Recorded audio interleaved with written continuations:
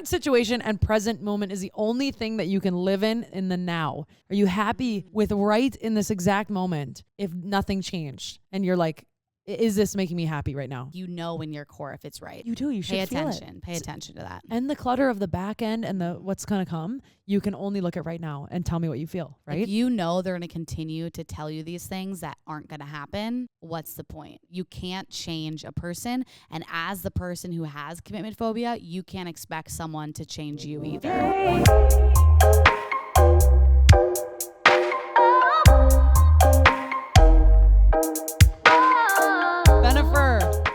How we doing back there? You ready? You're right. Yeah, everything's recording. Are you ready? You guys go whenever you're. Well, actually, chew out that gum or chew it out. Chew it out. Spit out that gum first.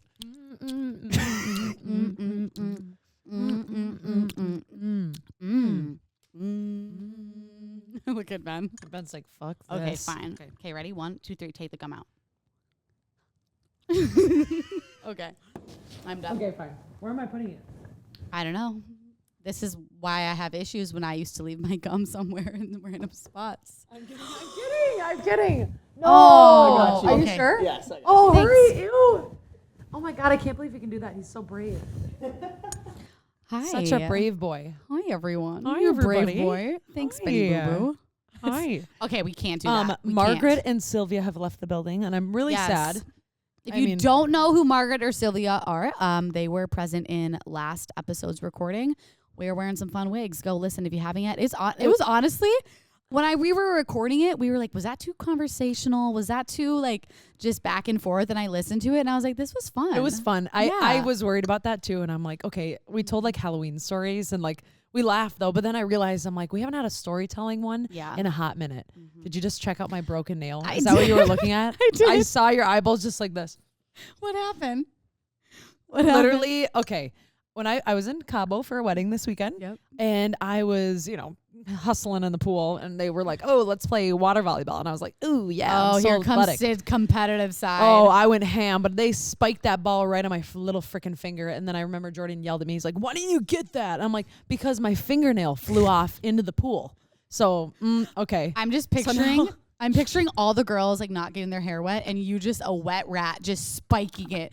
Yeah, watch out! Jordan went ham. I was like, you need to relax. People were like, this is a lot. People got out like when they were playing with him because he's a freak. He's And I'm like- like, how many times can I tell you that you can't block a serve, Jordan? He's like, there's no rules in water volleyball. I'm like, if we ever have children, you know what I mean? They're gonna be wacky. They're gonna be wacky kids. Like, get them off the playground because they're gonna like push you out of the way from the slide. They're gonna say I can go down the slide faster than you. Actually, I'll just push you off, or and I'll do it jump off the myself. top of the slide instead. I'm like, fucking Christ. Okay. Oh, you know what I just remembered? What? Before the episode, and I was waiting to share it. It's kind of wrapping into my straight candid moment. So last episode, Okay. tell us about the DM you received from 2 episodes ago that someone remembered the exact timestamp where they're like 2 minutes, 36 seconds. Oh my God. And I was just like shocked that this person, I don't know, I just thought it was funny. At 2 minutes and 43 seconds, someone DM'd us and was like, Sophie admits to cheating on her boyfriend or something like that. And I literally was like, On a podcast what? or some shit. So And we were like, what? So I screenshotted, sent it to her, and then I went and listened to that part, and I whispered into the microphone, whoa!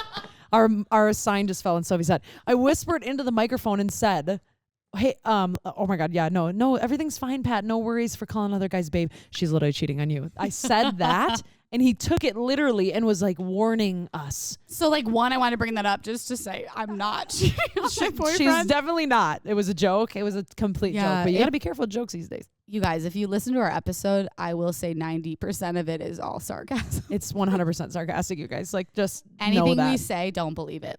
Yeah, so that was one of my straight canon moments. Just thought that was funny. So Second straight canon moment of the week. Let me think I had one. So I just went to Denver with my girlfriend. She That lives looks there. so fun. Dude, it was gorgeous. Rufus, gorgeous. I'm obsessed. I'm a little broke and was debating buying the Rufus shirt for a good 10 minutes. $40. I'm like, I'm doing it. Cutest fucking t-shirt I've ever bought. Love. I get a little bit buzzed at the concert and I leave the concert with no t-shirt. It is still at Red Rocks. No. Yeah, pissed. You probably made someone's day. They were like, wait a minute. Yeah. This is somebody's Rufus shirt. I didn't have to pay any money They for. better have deserved it. I hope they wore it. And you know what? People were annoyed with us. Why? I just like, I wasn't going to bring this up, but you know when you like are at a concert and you want to dance around, it's a little crowded. Like I accidentally stepped on someone's toe because I was bouncing to the beat. And she looked at me and she goes, you just stepped on my toe. And I'm like, oh, I'm sorry. Oh, did Like, you say it like that? Yeah. I'm just like so sick of people not having fun. I was just feeling it. The vibes were rolling. God, it was fun. But That's so much fun. I bet. Oh, I hate to say it, but you probably topped my Rufus in Minneapolis when Red Rufus at Red Rocks. Oh Lord, yeah, Red that Rocks sounds was amazing. sick. It looked so fun, and you look so cool with your green pants. Oh, thanks, BB. You're welcome. And I have that little onesie that Vanessa Vanessa. has. Everyone has The it. orange one My from friend- Amazon. I got Yep. it from Amazon. Like My friend forever has ago. that orange one for a costume for I Halloween. can't wear it though Why? because Gives you my camel camel toe? toe literally splits me in half. It's We horrible. talked about this. Horrible. Embrace the camel toe. I Let it not fly. when it hurts. Okay, yeah, it was maybe a little I have bigger. a longer torso. I think. I thought you were gonna say longer labia. Oh God. I have no. I have quite a long labia. I just want to let the So- crowd know about my. Long labia. No. It's just really. No, I just meant my torso's Okay, long. You wait. freaks. Do you guys know the meme that goes? It shows the really long booty, and it goes, "It's been a long ass day." Yeah. What they should do that with a really long camel toe. Oh. Okay, one more, and then I want to hear I your love straight it. can No, moment. this I like your story. So Syd, Syd, I was like, huh? Vanessa, so we just got done with a workout and we were a little sweaty in the car. We were gonna go to brunch. So she starts spraying perfume. I'm like, ooh, that smells good. I take it and I give a spurts on my face, on my neck, behind my neck. One more, like really close to my mouth. I just felt like I had a mustache sweat. I just wanted something. And then all of a sudden she looks at me. She's like, that was sanitizer.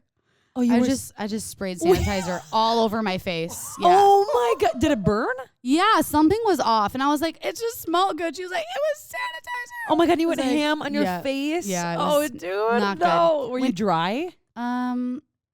I don't know. No, a little Did damp. it smell like yeah. tequila? Yeah, it was not good. But so I Oh, went to brunch God. with some sanitizer on my face. Okay, that's it for me. That sounds like when Jordan sprayed the mouth Yes. spray on his. He's been spraying it all over his face. He's like, "Why is it so sticky?" And I'm like, "Oh, I bought you the mouth spray instead of the vitamin C face spray." So you were supposed to eat it. Yeah, you're supposed to Oh, eat it. It was God. like for intake. I'm like, "Oh, got it. Sorry, my bad."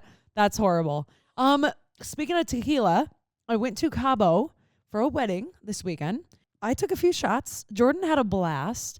But for the first time ever, Jordan got on stage and danced to a song. I thought I'd never say that. He was really cute this past week, I should say. And it was really, really fun. But I was laying in bed and my tummy was kind of hurting and it's all good. You know where this is going. Don't worry, no poo-poo for this story. And I'm laying there. We're kind of in the morning. We're kind of cute. Like, cause it's like you're on vacation and it's fun and whatever. And I'm, we're like laying in bed, just enjoying each other's company in the morning. And I'm on my phone. He's on his phone, like just like catching up. And I didn't realize it was me, but I let out a little toot toot. And It was stanky. No, it wasn't stinky. It just went. And he Cute. looked right at me, and he goes, "Your first toot around me."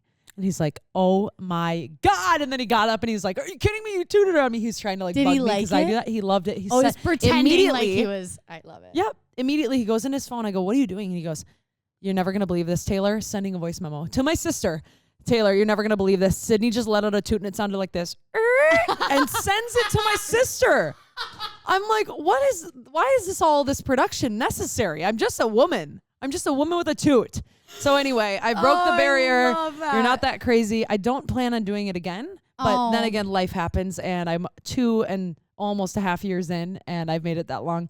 One's okay. I made it 2 days. So I know, yeah, you let were- it out. 2 whole days. No, like I'm pissed too because I've been trying to like be courteous a little bit. You Yeah. know, I'm a little sometimes like too much with the toots, I think. So I've been trying to pull back a little bit. That's okay. So politely Tooter girl. last night, I stood up and I went to the corner because they were not good. Okay. And wanna I hang out knew with you and I just watch knew this. that. And because we actually got into like a disagreement last night because I toot purposely away from him right when I'm done tooting, he runs up to me and tries to smell it. And I'm like, I purposely tooted over here, babe, on purpose. He's like, well, and I'm like, is he being funny or is he? Well, that's what I'm saying. He must like, be. He's probably just trying to make you feel quote unquote comfortable yeah, and be funny. But that's the thing is like, I didn't want him to smell that one. I really didn't. And I like how this is a serious conversation. I'm actually getting heated because I was. Okay. I'm trying to help you. I have not a lot of advice for this one. No, it's because it's so weird. I'm like, it is a little weird. That's what I'm saying. I'm like, is this just funny to you? Like, is it funny? It must be. And I'm like, well, if that's the case, just don't do it. But he like literally wants to smell my farts. What? He likes your toots, apparently. Jeez, I've never met a man like that.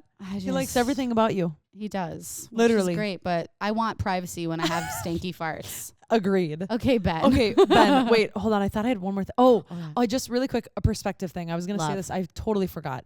I was sitting there, and on the way back from Mexico, we had to take 3 flights. So we went literally Cabo, Mexico City, which is further than Atlanta, than Minnesota, and they had like long layovers. It was the longest travel day of my life.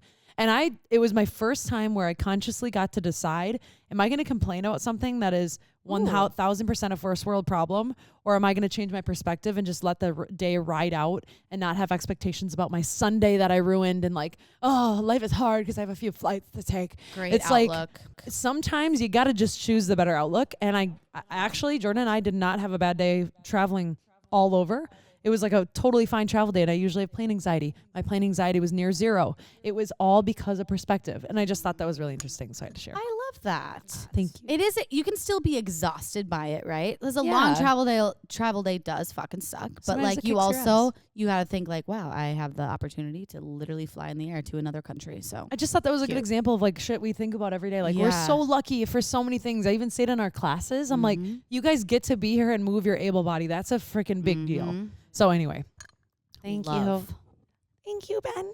I love this because you guys haven't even heard this one. I got my car keys stolen by a 12-year-old this week. What? How? Is he gonna drive? Does he have his permit? No, I mean, he didn't get the car, so that's good. I play in this kickball league, and we have our own bench. It was our last game of the season. Like, nobody showed up, so we're all playing in the outfield. First inning, in the outfield, we realize there's somebody sitting on our bench, and we're like, did someone come late? We go over there. It's like this 12-year-old kid. And he was nice. Like, he was interacting with us. He's like, what's going on? Can I play? Blah, blah, blah, blah, blah. So none of us were like, oh, we should give this kid the boot. But we were all kind of like, this is a random stranger. It's also the championship game. So, like, I'm kidding. It wasn't even championship. We went, like, 2-7 for the league. So it was just like a bonus game. Just kidding. But nobody wanted to kick him out. And then, like, everyone was kind of keeping an eye on their stuff. We're in the outfield. We get our 3 outs. We realize this kid's gone. I go to my phone, wallet, and where my phone, wallet, and keys were, keys gone. Not my phone, not my wallet, but my keys. Wait, what? I have no clue. So first thing I do, I look around, don't see him like within the first like 10 seconds. So I bolt over my car. My car's still there. Everything's good. So I guess the kid just either stole my keys because he's a klepto, or was banking on, I had a spare set of keys that I just had someone bring to me. But I was like, ooh, did they just bank on me leaving my car there for them to steal? I don't know. Or like, do you have any like keychains on your keys? I mean, this kid is 12 years old. Like, what is his motive here? I don't know. Like that is the weirdest thing I've ever heard. Maybe he hated you But potentially. and just wanted to fuck up your day. Potentially. Maybe. And the best part about this is he had the funniest roast on me. So not only did he steal my keys, but he called me short.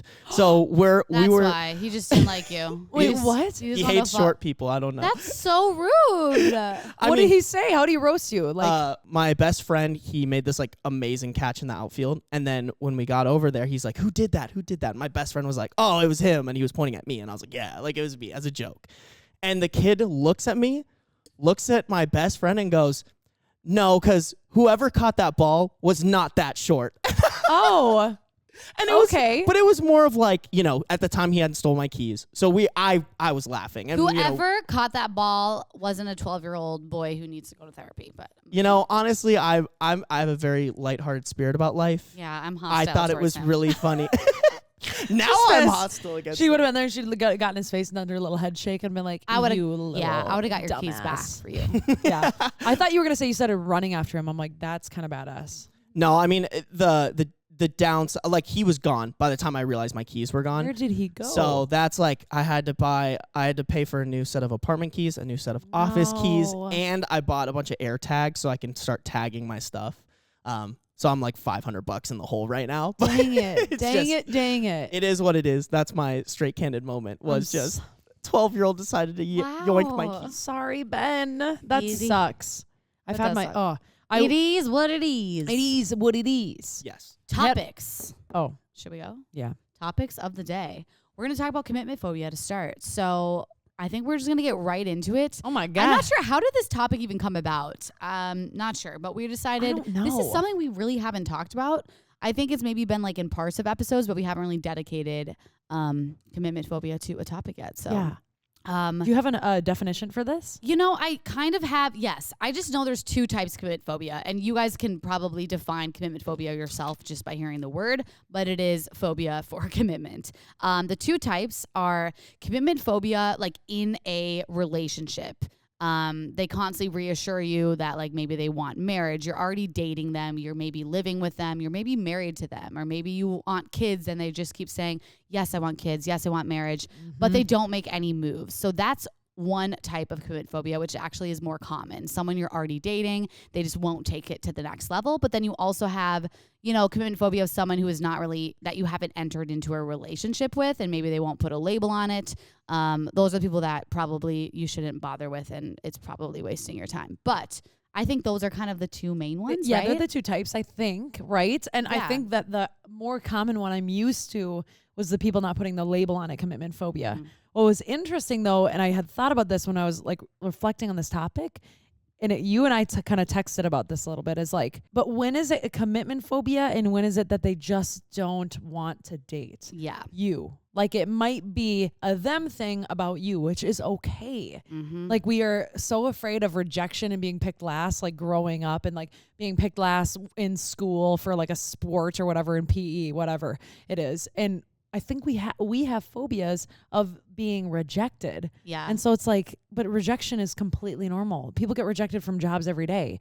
Like granted, you have not applied to every single job and gotten every job that you've applied to, right? So I don't know, I'm just relating it to other things of like, maybe it's not a commitment issue altogether. Maybe it's just they're not interested, you know? Yeah. And like, as I was kind of taking notes and doing a little research on this topic, so this woman explained commitment phobia as the person is in control of the relationship, right? So they're setting the pace. Everything is going well. And almost when everything is going perfectly well, then they pull away and they go on these benders, or they're hanging around with everyone but you. They're not following through. It's kind of like that self-sabotage. So it's like that yo-yo in the relationship. And then they feel there's enough damage is done and they may risk upsetting you. Then they go back to you. It's a very like typical loop with someone with commitment phobia. But they do show that strong love is there. It's just really dysfunctional. And to be honest, when I was reading that description and writing it, I've definitely been someone who is getting kind of close to someone, no label yet. And then I feel like it's getting too serious. So then I pull back and I kind of purposely self-sabotage it. Don't text them back. Go out with my friends. Wait a week to text them. But I realized that is the difference between commitment phobia and not being interested. Those were the guys that I was having fun with, and they wanted it to go further into a relationship, and I didn't. Yeah. Not because I had commitment phobia. I'm in a very healthy, lovable relationship now. It's just they weren't the right person. So it's not necessarily, you can't blame every single date you go on if he doesn't text you back, if she didn't text you back. Oh, well, he has commitment phobia. No, like not all the time. It's interesting, but it is the excuse that everybody uses in a way of like when they go on a date and it doesn't go the exact way you wanted it to. It's like, well, actually, you were also on the date to evaluate too. So make sure that you are evaluating for you as well and not just thinking about what they think about you. I don't know. I think that we get in our headspace and do that a lot. Yeah. I lost my train of thought because I had something to say right off of what you said. And I'm like, I hate when I do that. That's okay. But I did write down 9 signs of commitment phobia likely in a relationship. And I just wanted to read these because these are what I read and was really resonated with. So, I love this. All right.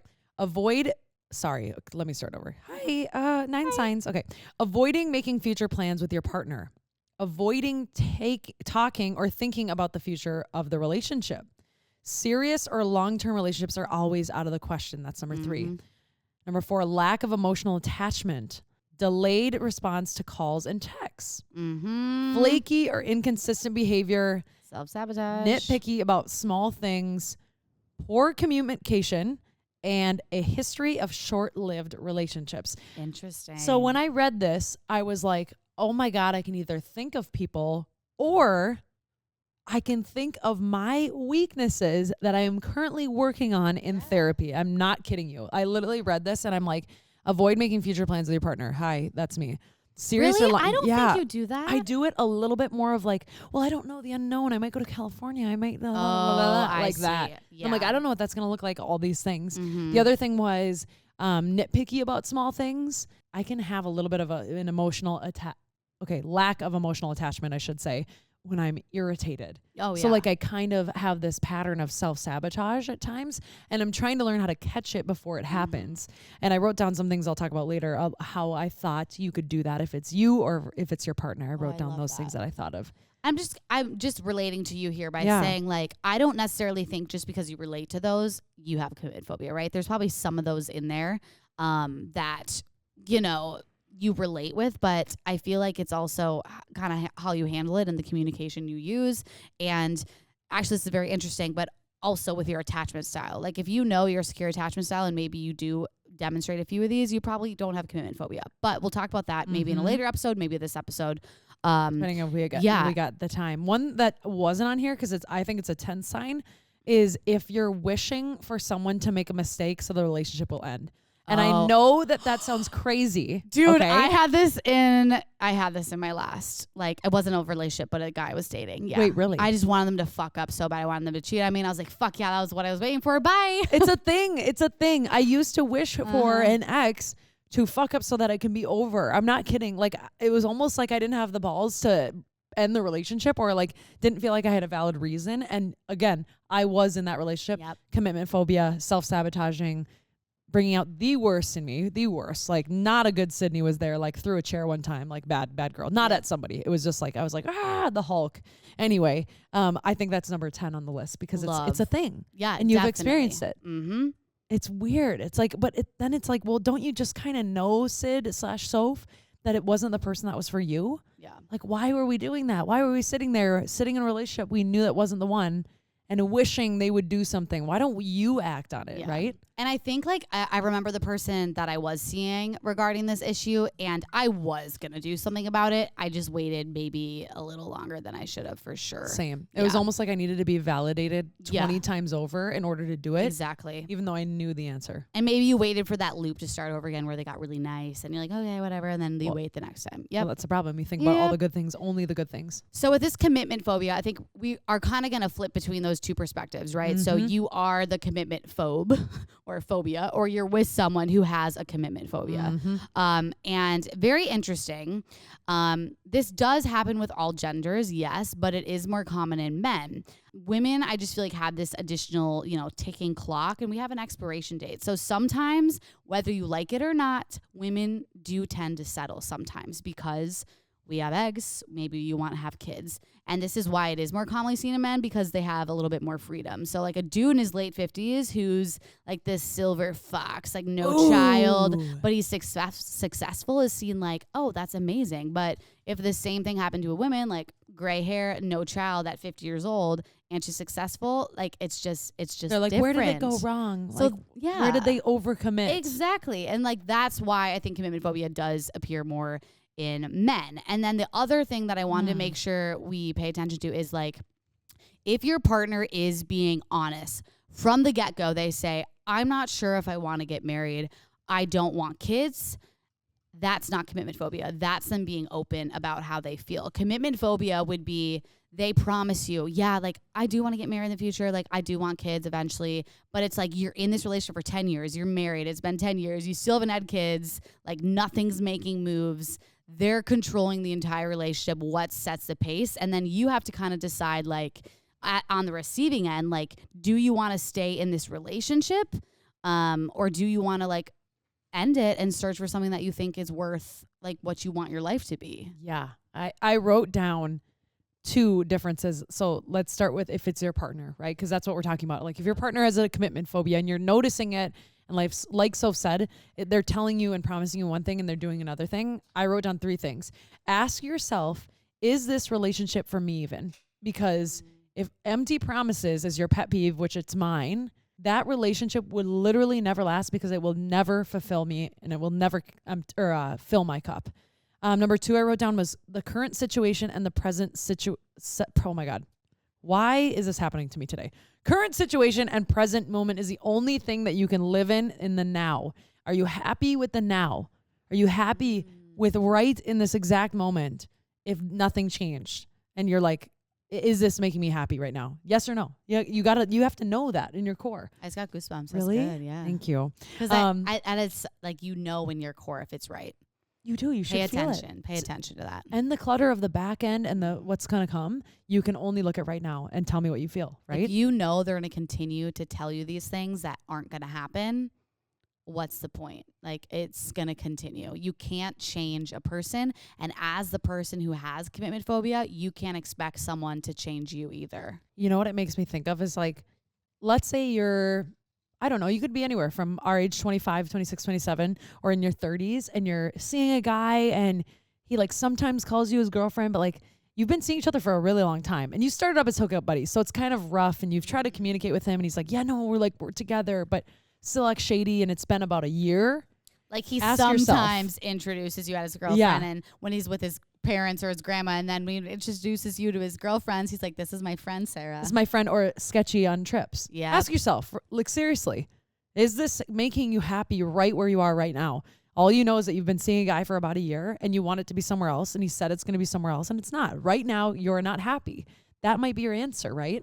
The final thing I wrote down for if it's your partner was, what are you afraid of? What is the worst thing that could happen? The worst thing that you could do right now is avoid it.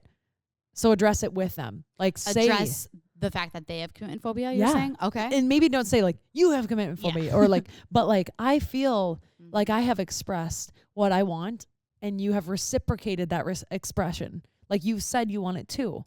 And here we are sitting in something that doesn't make me happy. We're not taking action on having kids. We're not taking action on their proposal. Yeah. So, and what the fine line between this is, a person who has commitment phobia will then be like, you're right. Like, and they don't know they're doing this, but it is a selfish way to be in a relationship. It is a little bit of a toxic relationship. It is a little bit. Because they're like, what they do then after that response is, oh, well, like, you're right. Like, I do want this. And then, you know, there's a like uphill in the relationship. Everything's good. And you believe them again. And it keeps yo-yoing until you either decide, I'm okay with living and being with someone who has commitment phobia, maybe never having kids, or you have to make that decision for yourself. Yeah. And if you are the person who has commitment phobia, you can't wait, like I said, for someone else to change you. You are the one that has to want to change yourself.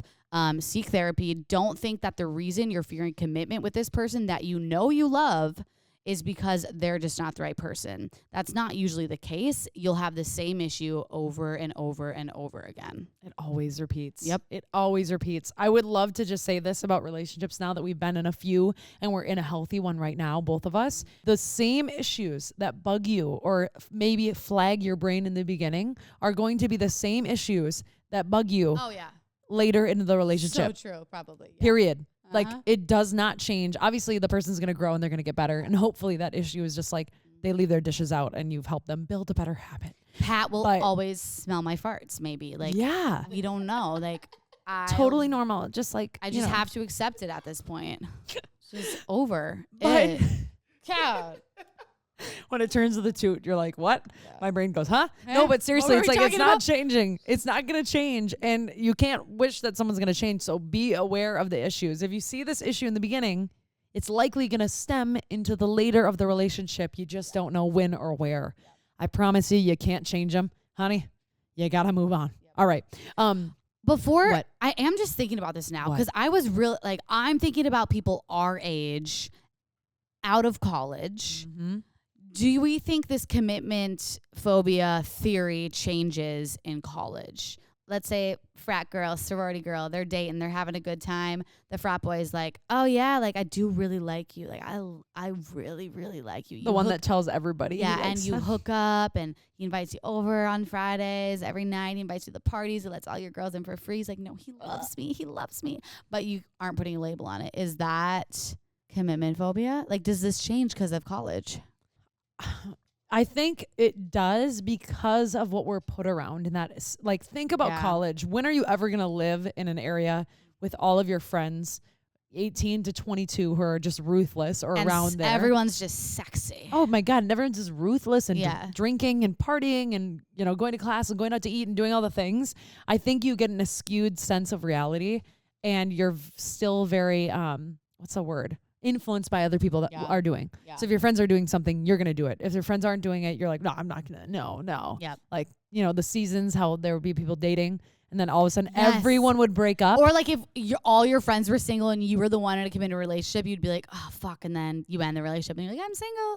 Yeah. Oh my God. I agree. I think college does, just because that frat boy doesn't want to date you doesn't mean he has commitment phobia. There's a chance he'll be, you know, someone who does seek commitment in the future. But again, do you want the frat boy? You know, you're probably looking past some of the wonderful traits. A lot of the guys that will commit in college and should. And to be honest, that's where you're going to find the best partner because I don't know, like it's just so funny to me because in college, there's so many people in relationships and they end up getting married because they like found someone that really matches them.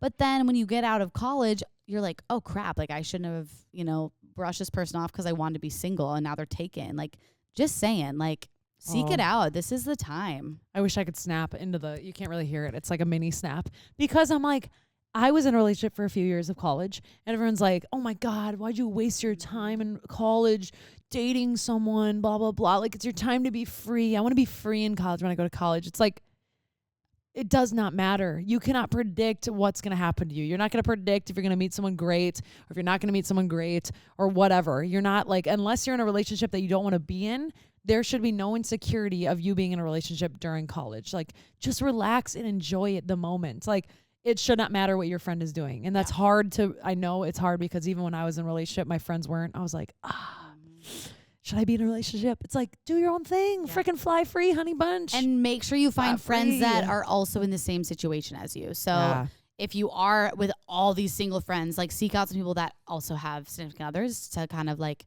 not always influence you to do the opposite thing, right? So commitment phobia, where does this stem from?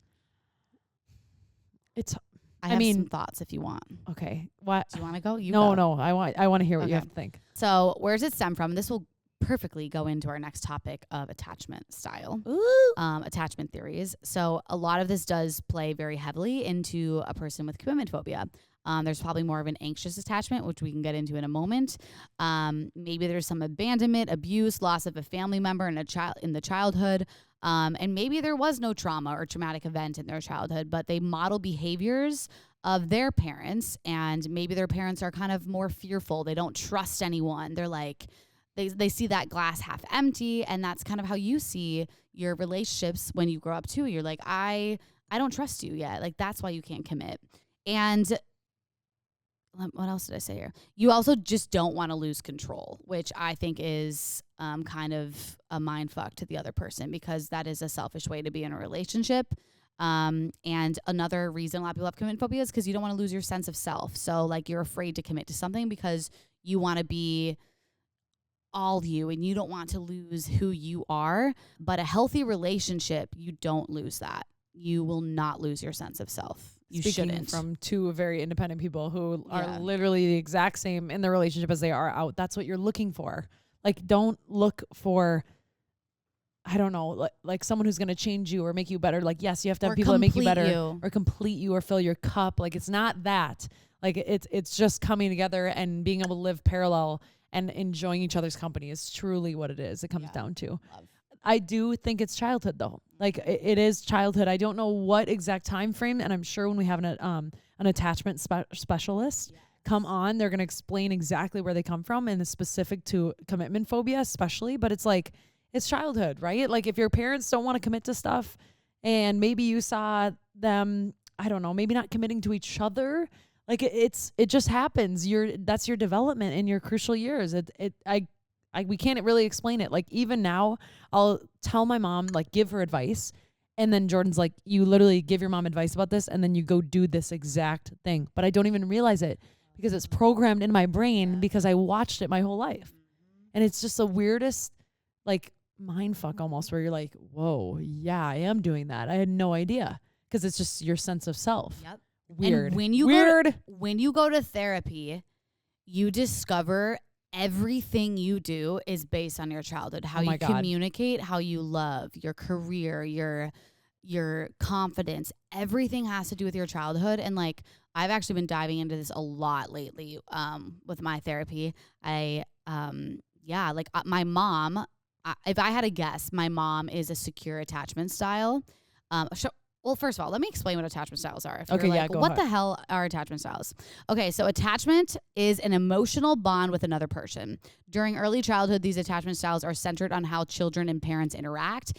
It is, I guess, like your internal working model of the world. You don't have one attachment style with one person and a different style with another. It is literally how you view, communicate, and see the world based upon your childhood. Yep. And there are 4 different types commonly used. There's secure, and then there's insecure avoidant, insecure ambivalent, and disorganized. So obviously secure is going to be like the most secure. I don't really know. We need an attachment style or attachment expert to probably go for it. Secure, I was just going to say, is 50% of the population. So it's Well, actually that's more common. than I thought. Yeah, it's more common to be secure.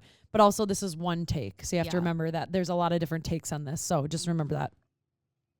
Oh, sorry. Oh, I thought you were going to read them off. I thought you were going to keep going. Oh, okay. You want me to keep going? Yes. Okay. What about the insecure avoidant? Insecure avoidant is 25% of people. So insecure ambivalent. That person is about 20% of the population. Wow. And then there's a combination of like the last one, like kind of disorganized. That's the rest of that. 3 you to can do 5%. the math. Wow. Oh my gosh. Yeah. Do you know yours? Yes. So I was just going to say, I took the test. But the more I like listen to what these styles are, I see myself in more than one, even though I know there is one that I probably heavily lean more towards. It says I'm secure, but when I'm going through these, I'm like, I feel that. So I don't know, but it says I'm secure, and I know my mom's secure, but my dad is not secure. And it does have to do with your parents' attachment styles, right? Because that's how they parent you. And apparently you only need one parent to be secure. So if maybe my dad was a little bit more dismissive, avoidant, that could have been my attachment style. But since my mom was my primary caregiver, I came out secure. Yeah. What about you? I took the test. I'm technically secure too. But at a different time I've taken this test and I got anxious avoidant, right? Isn't that what it's called? Yeah, insecure avoidant. I think on the test it said anxious avoidant. Yeah. I don't really know. So I've taken it twice, and I would say all of my life events up until that point would make complete sense that I was anxious avoidant. Okay, right? Like anxious, like wanting to grab onto somebody, wanting like they pull away, I want to pull in more. Me. Like, oh my God, the leaving of me and the feeling left behind and like not feeling like my emotions are heard. And now I feel more secure. But the key thing with secure doesn't mean that you're like perfect and balanced. No. Like that's just not a thing. It just means that I did have a good childhood figure, my mom, and my parents were diligent when they were like raising me about what I saw and what I heard. But I still, like, my parents are divorced to this day. So like I underlyingly saw things that probably made me anxious and avoidant because of that. Like you just can't control all of it. Pat, my boyfriend, is also, I think he is insecure avoidant. Yeah, That's what Jordan, I know he was. That's what Jordan is too. Mm-hmm. Oh yeah, but since we were speaking of like our childhood and our moms and whatnot, before you start blaming like your relationship problems on your parents, it is important to note that attachment styles formed during early childhood are not necessarily identical to those demonstrated in adult or romantic attachments. Those described as ambivalent or avoidant during childhood can become securely attached as adults, while those with a secure attachment in childhood can show insecure attachment patterns in adulthood. So it can change. It can. Especially when it comes to like certain, like life events. Ooh, I don't know. have this. I need this. I wanted to read Tell this to you us. because I loved this and I was so excited to show you this. So it Just breaks in them up. case you haven't taken the test yet, Yeah. Syd will explain, like what we got. Like, because I actually kind of think that it's fun to listen and hear, like, oh my God, which am I? You know what I mean? When I'm listening. So it's broken down in 4 columns. Secure says you can trust fairly easy, is in tune with emotions, can communicate upsets directly, and leads with cooperative and flexible behavior in relationships. Okay, so that's a secure person. Avoidant downplays importance of relationships, is usually extremely self-reliant, can become more vulnerable, like during a big crisis, more dependent probably, strongly fears rejection, and has low self-esteem and anxiety in a relationship, okay?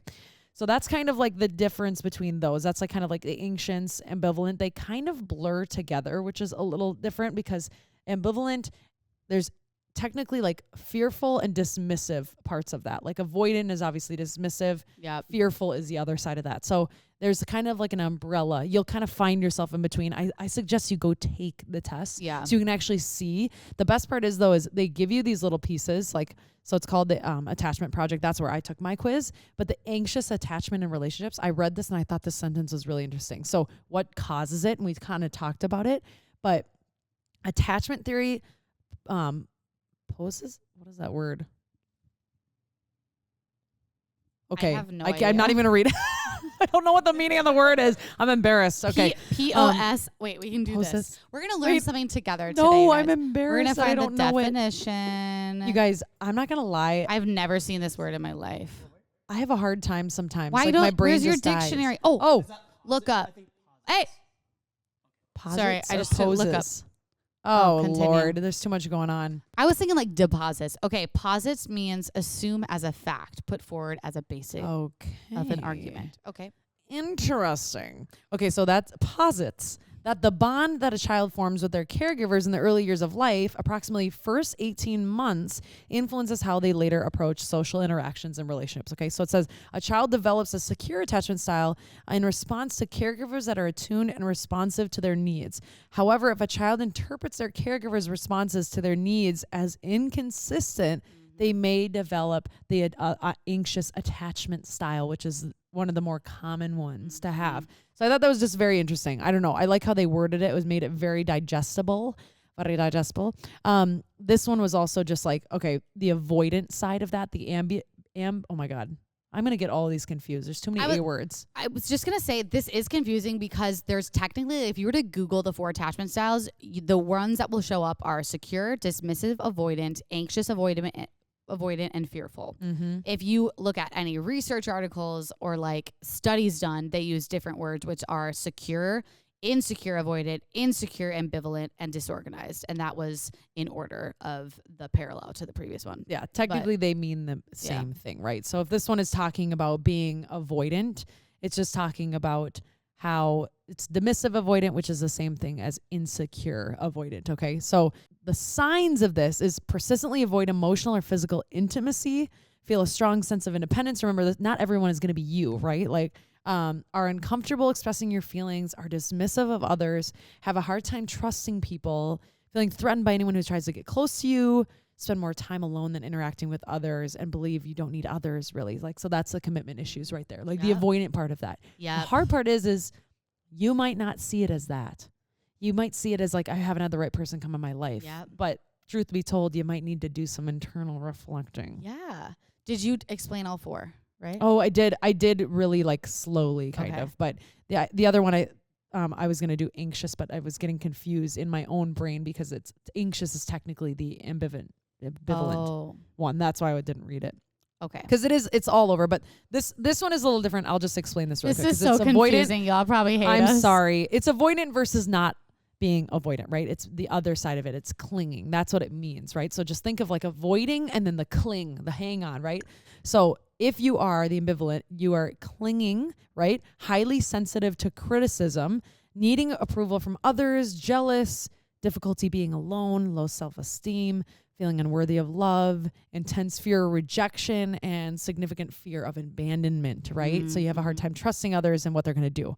So I just thought that was super interesting. And then finally, disorganized, right? Fears of rejection, inability to regulate emotions, contradictory behaviors, high levels of anxiety, which is interesting, difficulty trusting others, and signs of both avoidant and anxious within this one. I've heard this one only affects like 3 to 5. Oh, we already said that. 3 to 5% of the population. Yep. This is with someone who definitely dealt with like abuse, trauma, maybe emotional abuse of some sort. But so I like how you explain like what they are. So I'm going to explain how that kind of translates into your romantic relationships. Yeah, please do. So if you're secure, you're not terrified of your partner leaving you or for them to cheat on you. Don't get me wrong. Like, you would probably be absolutely heartbroken, obviously, if they cheated on you, but you're not afraid of someone leaving. You feel supported. You know you're loved. Everything will be okay. You know you'd find someone else to love you and that you would love, because people are good. You generally see people as good humans, right? Okay, so that was secure. Insecure, avoidant. You're terrified that the person will leave you because their internal working of your world is inconsistent. They don't know what to expect. They will claim to this person, or they will cling to this person, and that they're terrified of losing them. And then insecure, I didn't even write what the ambivalent one. I think that was the clingy part. Okay, disorganized, abuse is their way of showing their love, and you think that's okay. A lot of times these people sometimes seek out abusive partners or abusive behavior because that volatile up and down you think means true love. So those are the people that are actually seeking out abuse. Which is scary. Yeah, for Yeah, sure. and you're in a cycle that you wouldn't know any different from, right? Like if you're sitting there, you're like, I am secure. I've always been secure. I win. It's like, yeah, you do win, but a lot of people around you don't. So it might be do you well to understand other attachment styles so you can support your person in seeing the other side. Like, granted, I am not an expert in relationships, but I've been in a few long-term ones and ones where I've had to fight for a lot of things and had to work through hardships and different things like that. And you truly have to help your partner along the way. Like, you cannot fix them, but sometimes they don't see what you see. They might not see the issues you're feeling and feeling like they don't see. So just know that. On the flip side, it's really awkward when you see problems and you go to say the problems. You're like, you didn't do this, and you didn't do this. And they're like, yeah, you didn't do this either. And you're like, oh, shit. That happened to me. Frick. That happened to me literally last week. For example, you didn't say thank you and you weren't very excited the other day. And and Jordan's like, you literally didn't say thank you for this, this, or this. And I was like, oh my God, I was so obsessed with trying to figure out how I was going to tell him that he was bugging me, that I was just being la, la, la, not saying thank you or anything, just being the total hypocrite. That's what happened to you. Me. So sometimes I get this urge to just clean the entire place. Like, when I'm a little anxious, I'm like, I'm going to clean everything up. Yeah. I just have to go and clean it up. And most of the time I don't do that and I leave shit all over. But all of a sudden I get the urge. So I start cleaning and I'm moving some of Pat's stuff, and I'm just acting like my mom did actually, oh, dad's stuff is everywhere. She puts it in a little pile, gets it out of the way. And I'm acting like it's such a big deal. He's leaving some things, in certain spots. And I literally just randomly start cleaning. I leave my shit everywhere all the time. And so in this state of anxious cleaning, I'm like, is this your salt and pepper on the counter? Let's just make sure we wipe it up when we're done, And he was like, okay. And he kind of said it like that. I'm like, what? I'm like, what? And he's like, I'll do that, but I didn't use the salt and pepper. And I'm like, oh fuck, that was me. And then he also goes, and to be honest, because my mental health was really bad this week, he goes, I've been cleaning up. I've been cleaning up after you the past week. And I'm like, oh fuck, you're right. Oh shit. Well, guess what though? Good communication. Mm-hmm. And so now I've never once talked to him about cleaning his shit up again. But I think this is key. Okay. Yeah. I think this is key to know, because we definitely need a professional on to talk about the attachment styles that actually work really well together, because some, maybe you are secure works with a lot of them, but if maybe you are secure and your partner's avoidant, there's ways you can get around that, communicate, express how you're feeling that will help the avoidant kind of show how they're feeling.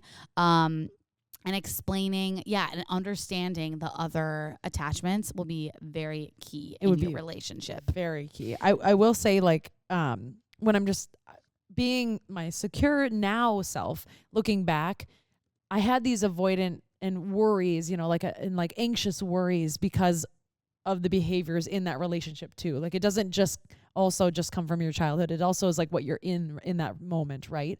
And now having gone through all of those things, I think that's when I transitioned to more being secure. I think I always was secure. What I'm trying to say is I think the relationship caused me to think otherwise because I was doubting myself. I was doubting it because all the signs were pointing to that it was a bad relationship. There's a difference between like just being anxious in a relationship and having an anxious avoidant attachment style. Do you get what I'm saying? I was secure in those relationships as my being. Like I grew up like well-rounded, I guess, and secure, right?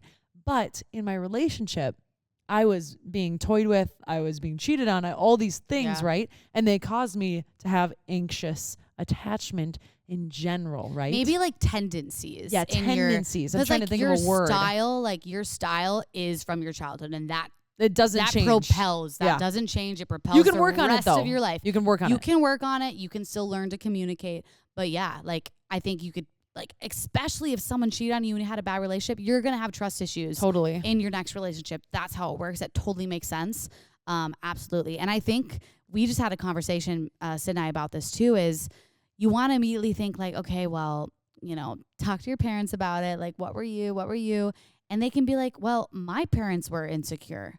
And then you talk to your grandparents. Your grandparents were like, well, my dad was insecure. And we had this, you know, it was like the way to parent when we were young was like cold love. Like, don't cry. Don't respect do that. Your elders. And no wonder why a lot of us are growing up insecure, because our parents were parented that way and they're insecure because of that. Like, respect the elder, like don't cry, like all that shit. So I'm like, wow, it really does pass down. It does. Which also relates to generational trauma, which is a whole other podcast because it is fucking crazy. When I was texting you about it today, I was talking to, I think, our friend Felicia about it. And I was like, dude, this is just like thinking about what my mom grew up with and my dad grew up with. And then they came together and had me and how I grew up. It doesn't even compare. Like, I'm not going to spill their own beans, but they had to deal with some shit. Okay. What I was going to say about the people with anxiety just in relationship, I want you to know something.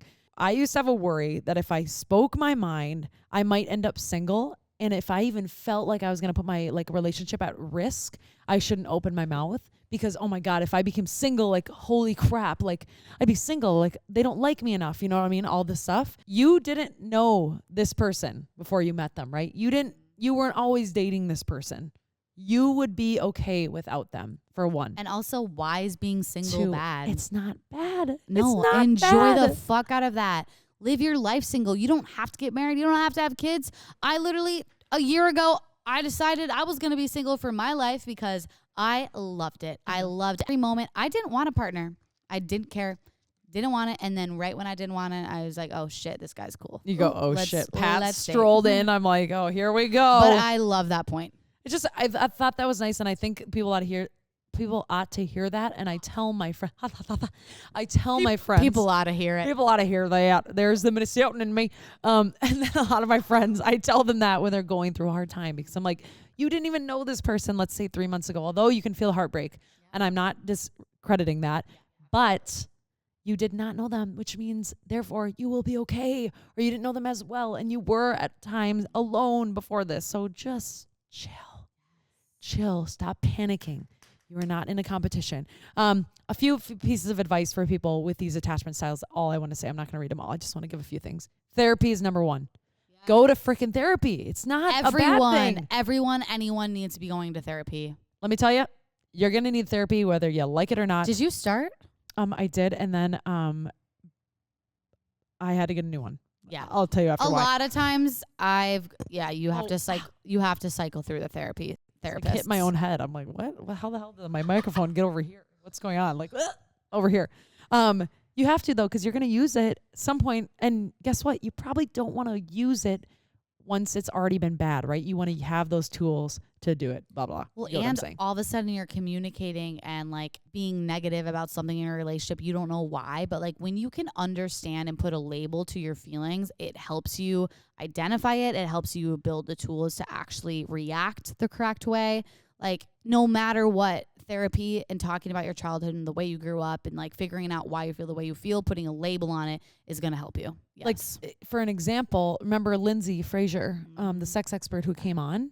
Like think about the things we learned in that episode that we were having anxiety about prior because we thought we were alone in that or thought we were alone in how we were thinking. One of our favorite episodes, go listen if you haven't yet. It is episode 93. Yeah, it's so good. So anyway, that was number one, obviously talking about it and whatever, but also maybe find yourself a mentor or maybe an adult that you like have trust in or just a different opinion and talk to that person. Like work on your communication and say like, am I crazy for thinking this? And like get somebody else's outside opinion. Just getting used to talking about your issues with somebody is going to help. So if you're not quite comfortable for therapy yet, find somebody you trust and have a convo. Like besides always complaining to your boyfriend. Yeah. That's why I got a therapist.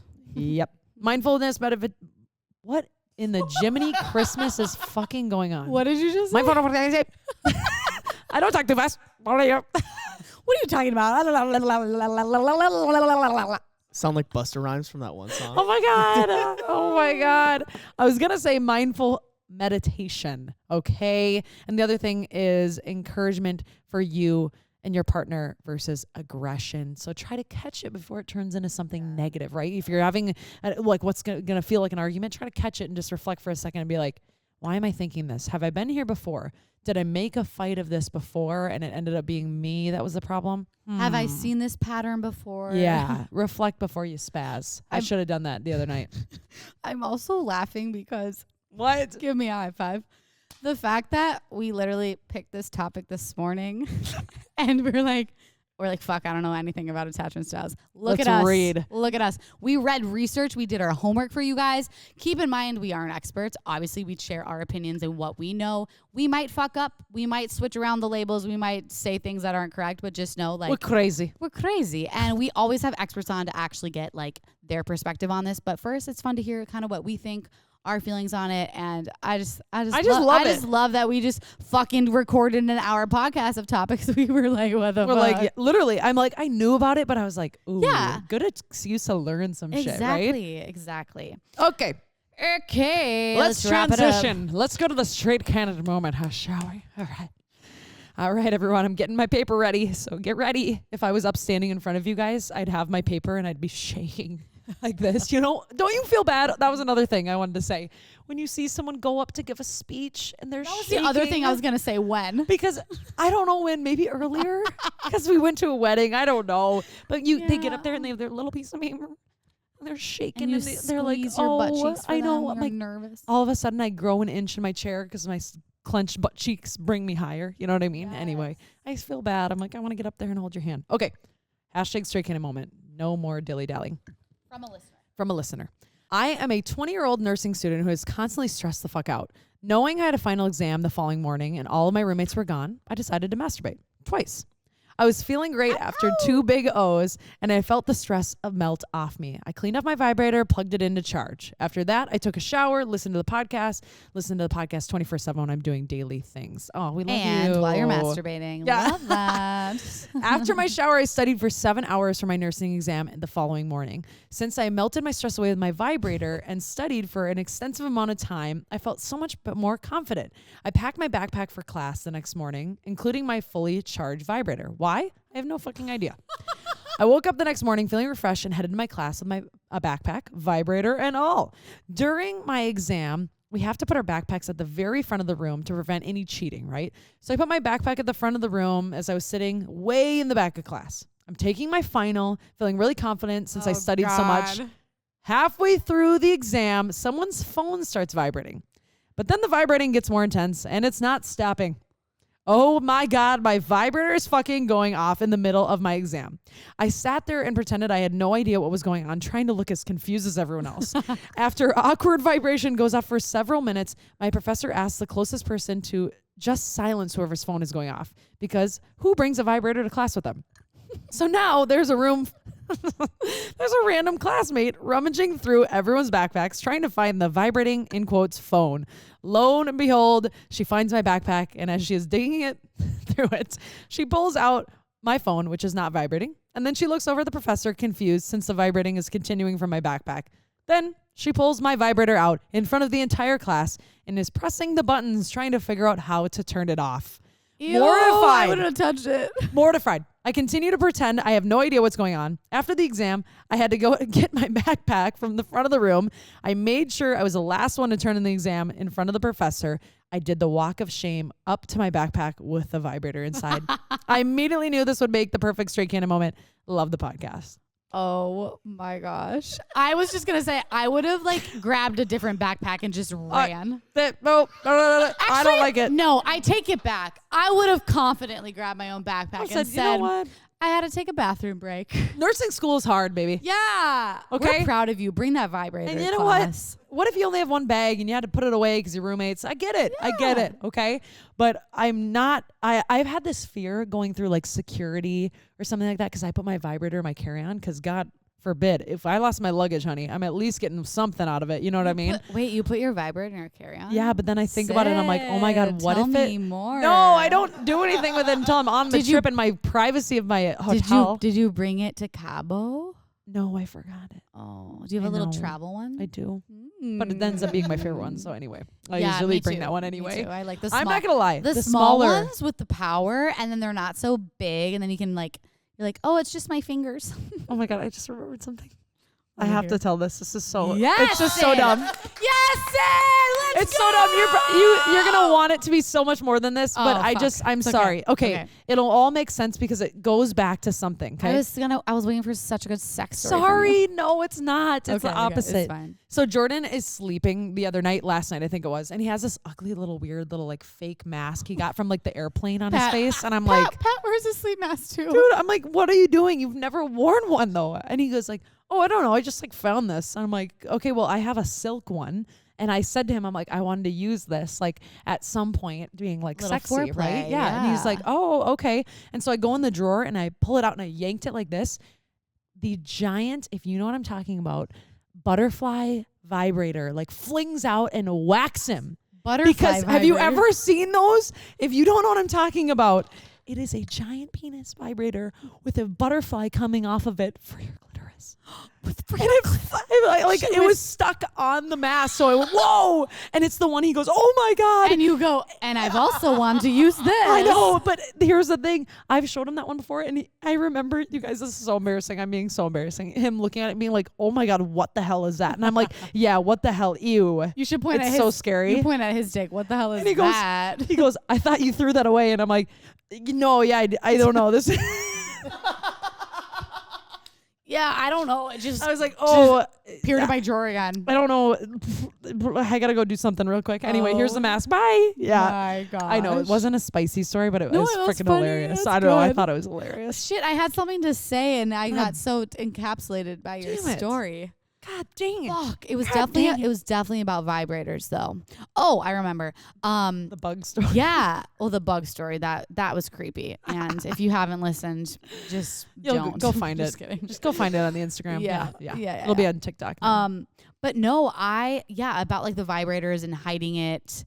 I used to hide it, right? And now that I live, with my boyfriend, I leave it out, whatever the hell. It's usually in different spots around the house. I have to go find it because who knows where I use it. Whoa! But Whoa! sometimes, yeah. But I'm not coming over to have dinner. No way. so No. I was deciding like maybe, I like go in, I pull out my fork. I'm like, here's your fork. It's in the Oh, fork drawer. sorry, guys. I forgot where I put that. Silly so for you. Here you go. I'm like, Like you can eat with this. Okay. Anyways, oh my so Lord.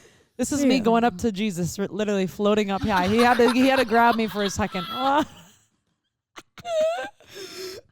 God, what was I even saying? Oh, I remember. So I decided maybe I won't put it on my like Instagram. Like I don't need to have it in the Fair. background of things. Yeah. But like the first ever like cute like video I recorded of like outfits. Wait, it's your I thought it was your makeup. I think I was wearing like a dress for like a wedding, and I had like butterfly clips in my hair. Oh yeah.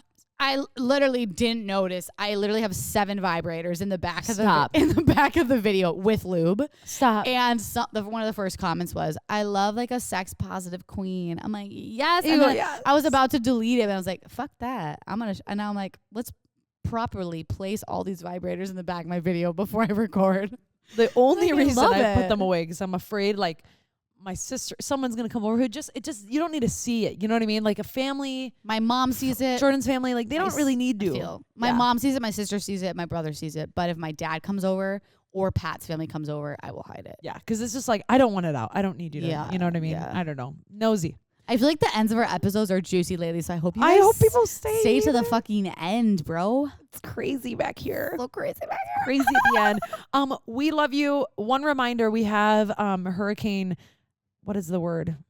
Resources. I don't know what's wrong with my brain. Don't ask. I'm done. You need to take the shit Hurricane I've been taking resources. before episodes. I do, but I think I'm too calm or something.